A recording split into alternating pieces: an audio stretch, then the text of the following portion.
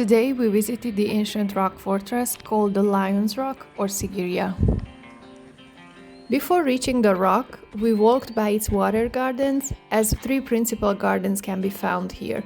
The first one consists of a pond, which is surrounded by water. The second one has two long pools on both sides of the path towards the rock. The third water garden is located on a higher level and it has an octagonal pool with a podium.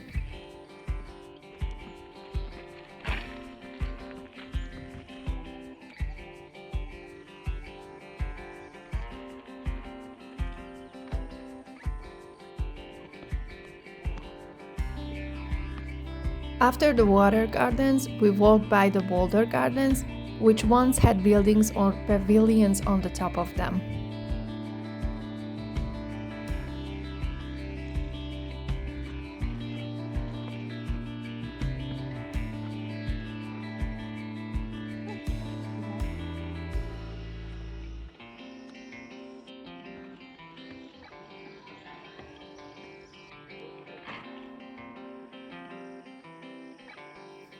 Here we started to climb up the stairs, walking by the terraced gardens.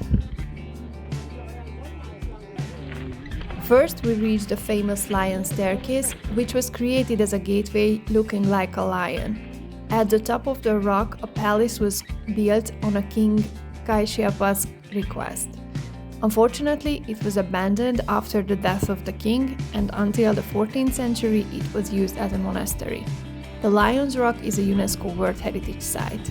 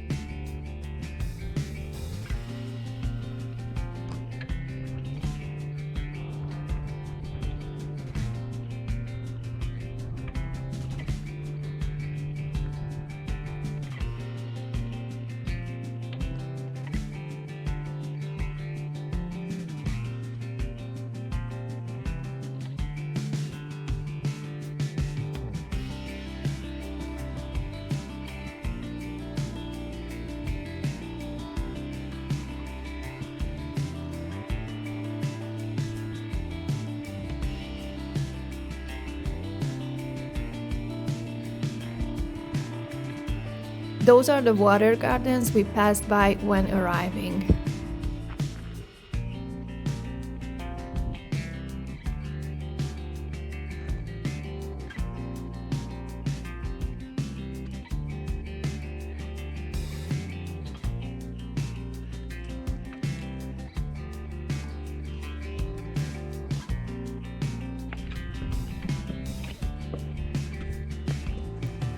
We spent at least 1 hour on the top, which could be also more or less depending on your interests, and then we started our walk back down towards the mirror wall, which dates back to the 5th century. It is now partially covered with verses written by native women and visitors. These spiral walls led up to the frescoes, which are hard to be seen.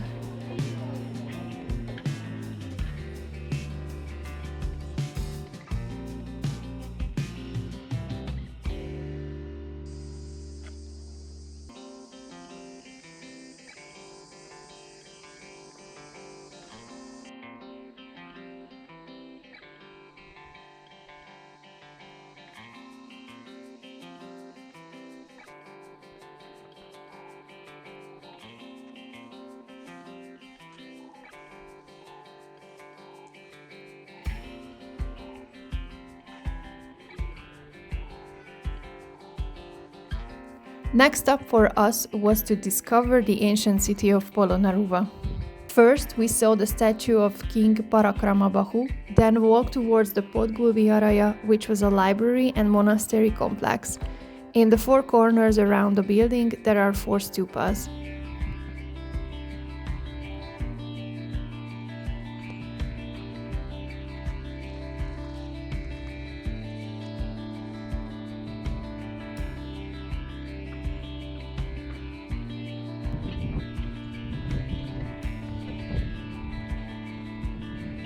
The council chamber is located in front of a former palace. It stands on 3 layers of rock, where the first layer features a border of elephants, the second shows carvings of lions, and the third layer is decorated with images of Vamana. On the roof, there were 48 stone pillars in 4 rows.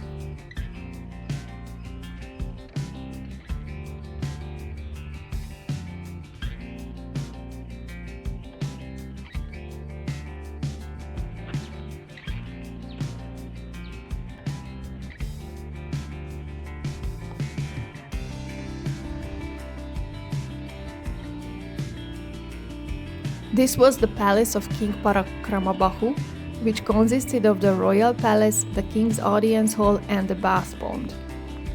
The palace Vajayantapashada was named after the celestial palace of god Indra. According to legend, the palace had thousands of chambers. The today's remains are about 9 meters high and 1 meter thick.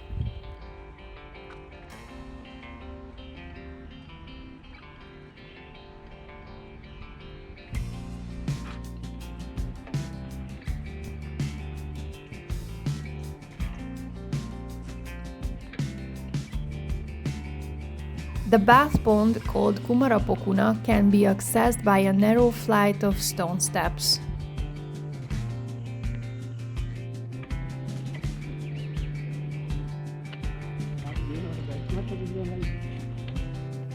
Vatadagi is one of the architectural marvels of Polonnaruva. This round building encloses a stupa at its center, therefore it is called a stupa house as well.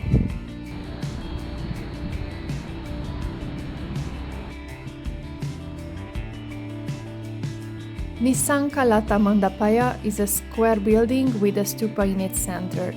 Its pillars were carved in the shape of a lotus stem and are carved in 3 places.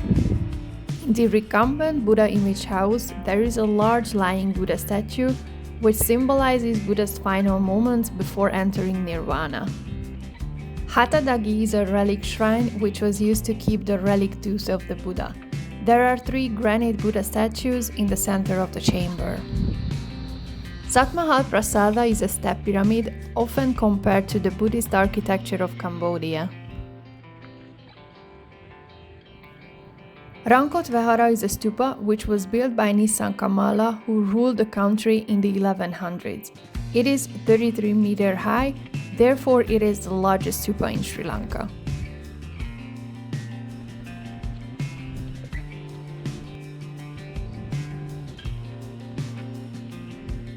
Alahana Pirivena is a great monastic complex built on a cremation ground. According to archaeologists, the monastery consisted of many separate units. We are approaching now the Galvihara Monastery, which is a rock temple of Buddha. It was built in the 12th century, and the main part shows 4 rock relief statues of Buddha carved out of a granite rock. The Tivanka image house is one of the well-preserved ancient Buddhist shrines in Polonnaruva, which was built in the 12th century as part of a monastery complex. The shrine was once about 40 meters long, but today only a smaller part of the original structure can be seen.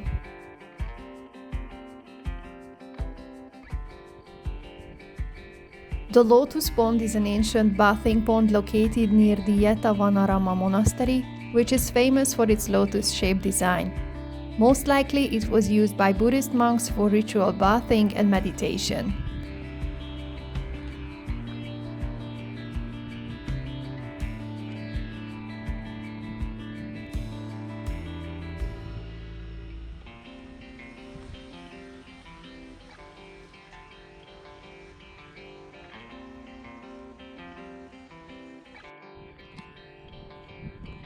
After discovering Polonnaruva, we stopped by at a local bakery.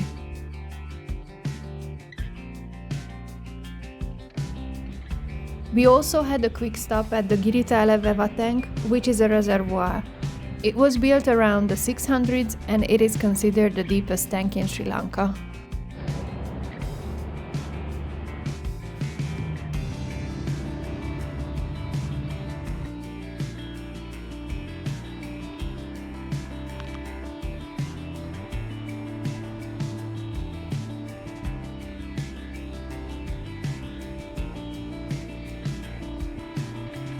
On the way back to our hotel, we saw a male elephant crossing the road.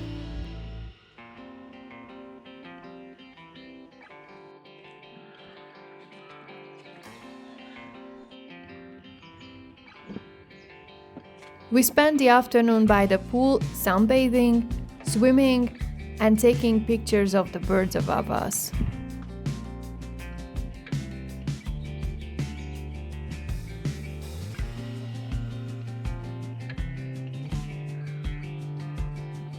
We finished the day with this delicious meal and went to bed early as the next day we headed towards Dambulla.